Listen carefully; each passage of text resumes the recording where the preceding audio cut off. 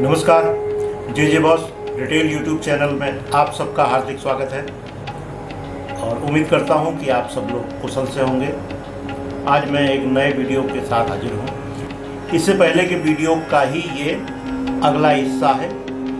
प्रधानमंत्री मोदी मानस खंड यानी कि कुमाऊं का दौरा कर चुके हैं और यहाँ पर मोदी जी ने कई तरह के संदेश दिए हैं और कई तरह के हितों का साधन किया है। अब ये क्या क्या है इस वीडियो में बताऊंगा। पहले मैं आपको दिखाता हूं कि मोदी जी ने क्या किया और कहां कहां गए। ये आप देख रहे हैं, ये पार्वती कुंड का दृश्य है, यानी कि आदि कैलाश के पास में लगभग 14,500 फीट की ऊंचाई पर प्रधानमंत्री नरेंद्र मोदी आज सुबह 9 साढ़े 9 बजे के पहले वहां पहुंच चुके थे। ये आदि कैलाश का दृश्य है। अब वहां पर रंग संस्कृति के आधार पर पूजा होती है। ये पार्वती शिव मंदिर कहलाता है। अब आप पूछेंगे रंग संस्कृति क्या है? जो इस बॉर्डर में रहने वाले जो हमारे देश के वो जनजाति लोग हैं जिनमें थोड़ा बहुत असर तिब्बत की संस्कृति का रहा है, तो वो रंग जाति के हैं और ये व्यास वैली के लोग हैं। व्यास वैली यानी कि जहाँ पर वेद व्यास जी ने तपस्या की थी, ये वही घाटी है। ये देखिए सामने आदि कैलाश है। ये जो कैलाश जिसे हम कहते हैं मानसरोवर, बिल्कुल उसकी रिप्लिका है, यानी कि उसका प्रतिरूप है। कहीं से भी ये नहीं लगता है कि ये कैलाश नहीं है। ये देखिए आनंद, देखिए यहाँ पर प्रधानमंत्री नरेंद्र मोदी खुद भी आनंद की स्थिति में है और साथ में उनके मुख्यमंत्री पुष्कर सिंह धामी जी भी हैं। प्रधानमंत्री मोदी जी के जो ये पार्वती शिव मंदिर है, यहाँ पार्वती जी पहले हैं क्योंकि वो नारी शक्ति है। शिव शक्ति की बात की जाती है तो आमतौर पर शिव पार्वती या शिव सती का हम जिक्र करते हैं, लेकिन इस मंदिर में पार्वती जी पहले हैं, तब शिव जी आते हैं। उसी के अंदर ये प्रधानमंत्री पूजा कर रहे हैं। मैंने आपको बताया कि ये रंग संस्कृति वाले जो पुजारी हैं ये वही करा रहे हैं। आपने देश के अन्य हिस्सों में इस तरह के वस्त्र पहन करके या इस तरह की वेशभूषा में पुजारी कम ही देखे होंगे। इनमें थोड़ा बहुत तिब्बत का असर दिखता है। इनकी जो बोली है वो भी कुमाऊनी बोली से थोड़ा सा अंतर। इससे अगर 50 किलोमीटर नीचे आ जाए तो वो भाषा कुमाऊनी समझ भी जाते हैं, कुमाऊनी से मिलती जुलती है। लेकिन इनकी वाली रंग भाषा जो है, रंग, प्रधानमंत्री ध्यान लगाए हुए हैं। बैकड्रॉप में देखिए पर्वत श्रृंखला है और ये थोड़ा थोड़ा कभी कभी लद्दाख का भी एहसास कराती है, क्योंकि जंस्कार जो पर्वत श्रृंखला है वो यहाँ तक पहुँचती है। ये हिमालय के एक तरीके से पीछे का हिस्सा है और जो हमारा पंचाचूली या मध्य हिमालय है उसके बाद की ये स्थिति है। यहाँ एक चीज़ और बता दें, इस क्षेत्र में अगर हम धारचूला से आगे बढ़ते हैं तो तवा घाट पहले आता है करीबन 20 किलोमीटर पर।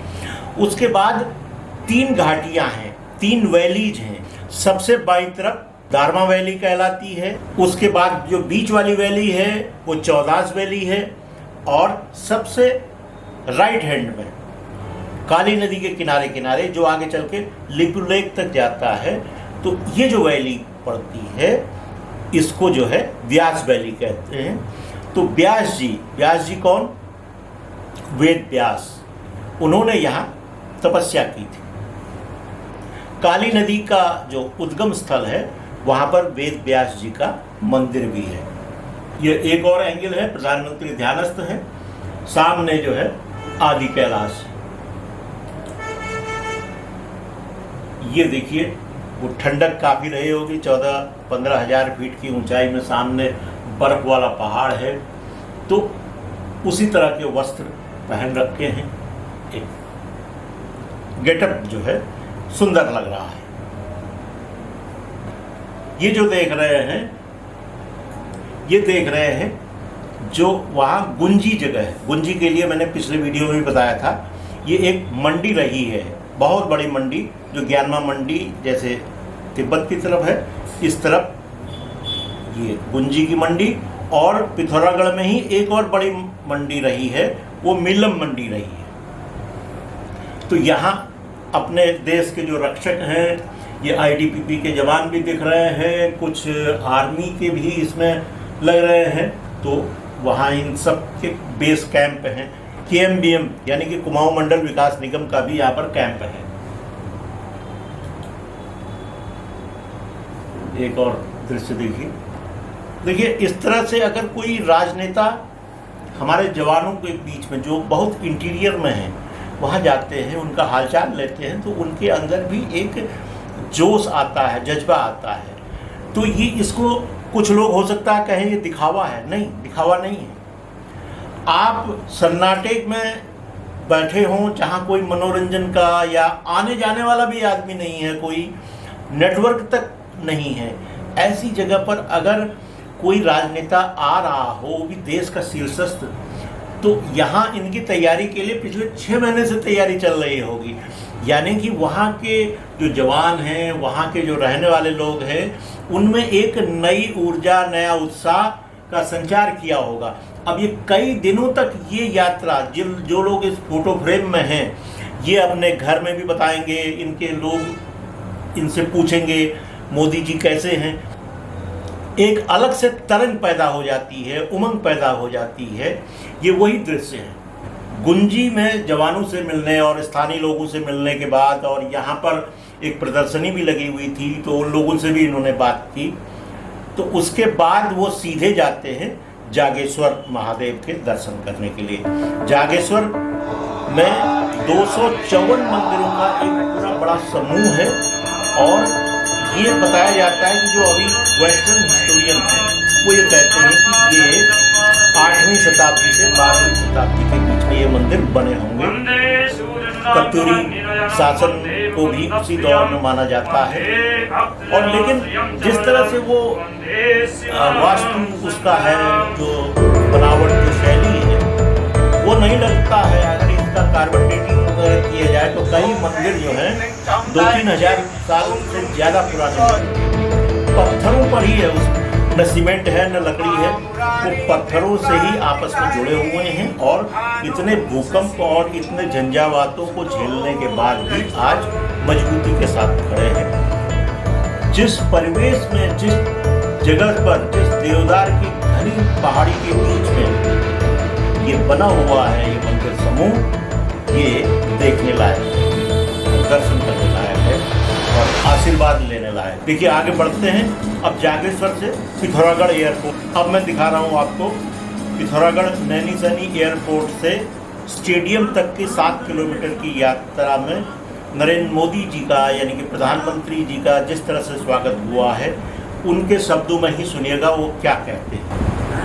ह्यूमन चेन नहीं, ह्यूमन वॉल जिसको कह रहे हैं। परिवार में कोई अवसर हो, वैसे उत्सव के कपड़े पहनकर, शुभ प्रसंग के कपड़े पहन करके मंगल वातावरण में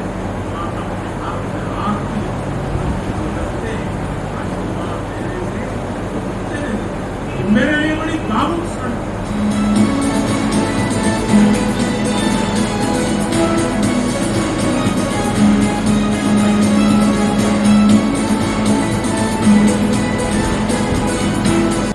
अब चलते हैं सीधे स्टेडियम में।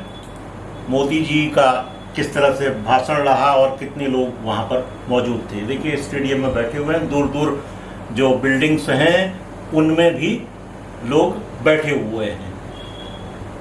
वो कम से कम 50,000 से ज़्यादा की भीड़ तो रही होगी जो स्टेडियम के पास में है, और जो रास्ते में है 1-2 लाख से ज़्यादा लोग रास्ते में खड़े होंगे। एक पुरानी कहावत है कि पहाड़ का पानी और पहाड़ की जवानी पहाड़ के काम नहीं आती। मैंने संकल्प लिया है कि मैं इस अवधारणा को भी बदल कर रखूंगा। आपने भी देखा है कि अतीत की गलत नीतियों के कारण उत्तराखंड के अनेक गांव वीरान हो गए।